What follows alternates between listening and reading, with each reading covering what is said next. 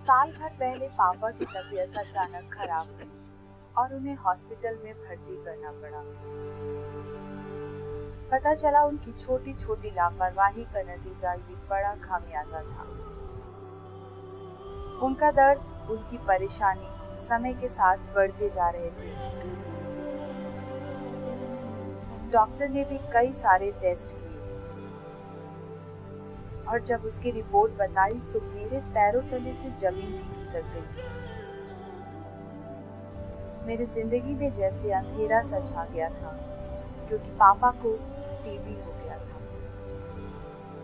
हाँ, वही बीमारी जो दुनिया की सबसे ज्यादा घातक और जानलेवा बीमारियों में से एक है। मेरी आंखों से आंसू रुकने का नाम नहीं ले रहे थे। लग रहा था जैसे दवाइयों ने उन पर काम करना बंद कर दिया हो। टीबी की बीमारी से जूझते हुए हॉस्पिटल में और भी बहुत से मरीज थे, जिनको जिंदगी और मौत के बीच कश्मकश करते हुए देख रही थी। टीबी की बीमारी से जुड़े बहुत से सवाल मेरे दिमाग में चल रहे थे, जिन्हें मैं जानना चाहती थी, और एक अच्छा डॉक्टर ही इस समस्या का समाधान निकाल सकता था। ट्यूबरकुलोसिस या तपेदिक का रोग, जो हिंदी में कहा जाता है, ये कंटेजियस यानी संक्रमण की बीमारी है, जो एक से दूसरे आदमी में सांस के द्वारा, मेनली खांसी के द्वारा, ड्रॉपलेट्स जिसको कहते हैं, उसके द्वारा फैलती है। इसका सबसे अहम लक्षण होता है कि बुखार होता है, लंबे समय तक बुखार रहता है, खांसी होती है, खांसी में बलगम होता है, इसके अलावा छाती में दर्द होना, और उसके अलावा जनरल सिम्टम्स होते हैं, भूख का कम हो जाना, वज़न का कम हो जाना, कमज़ोरी हो जाना। इसके अलावा ये जो टीबी होती है, ये शरीर के किसी भी हिस्से को अफेक्ट कर सकती है। उसमें लिम्फ नोड्स भी होते हैं, ब्रेन भी होता है, हड्डियों में होती है, पीठ की हड्डियों में भी होती है। तो उनके अलग अलग लक्षण होते हैं, लेकिन बुखार, वज़न का कम होना और भूख कम होना, ये इसके मेन लक्षण होते हैं।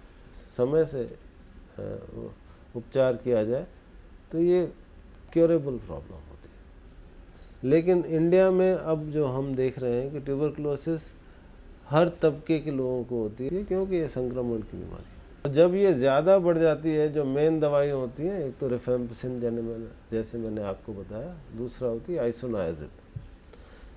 जब इन दोनों दवाइयों से रेजिस्टेंस हो जाता है तो हम इसको कहते हैं MDR टीबी। जैसे HIV एड्स जिनको होता है, उनको ट्यूबरकुलोसिस बहुत प्रेवलेंस ज़्यादा होती है। 2006 में एक टर्म आई है जिसका मतलब होता है एक्सटेंसिवली ड्रग रेजिस्टेंट ट्यूबरकुलोसिस, मतलब जो MDR की दवाइयाँ होती हैं, इंजेक्शन वगैरह लगाते हैं, उनसे भी रेजिस्टेंस हो जाता है।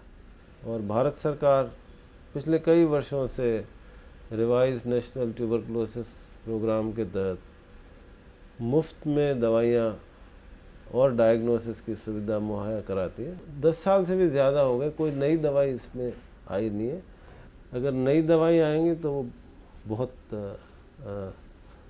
उसकी ज़रूरत है ट्यूबरकुलोसिस के कंट्रोल के लिए। आज पापा हमारे बीच नहीं है, बस उनकी यादें रह गई हैं। टीबी की इस जानलेवा बीमारी ने उन्हें भी अपना शिकार बना लिया।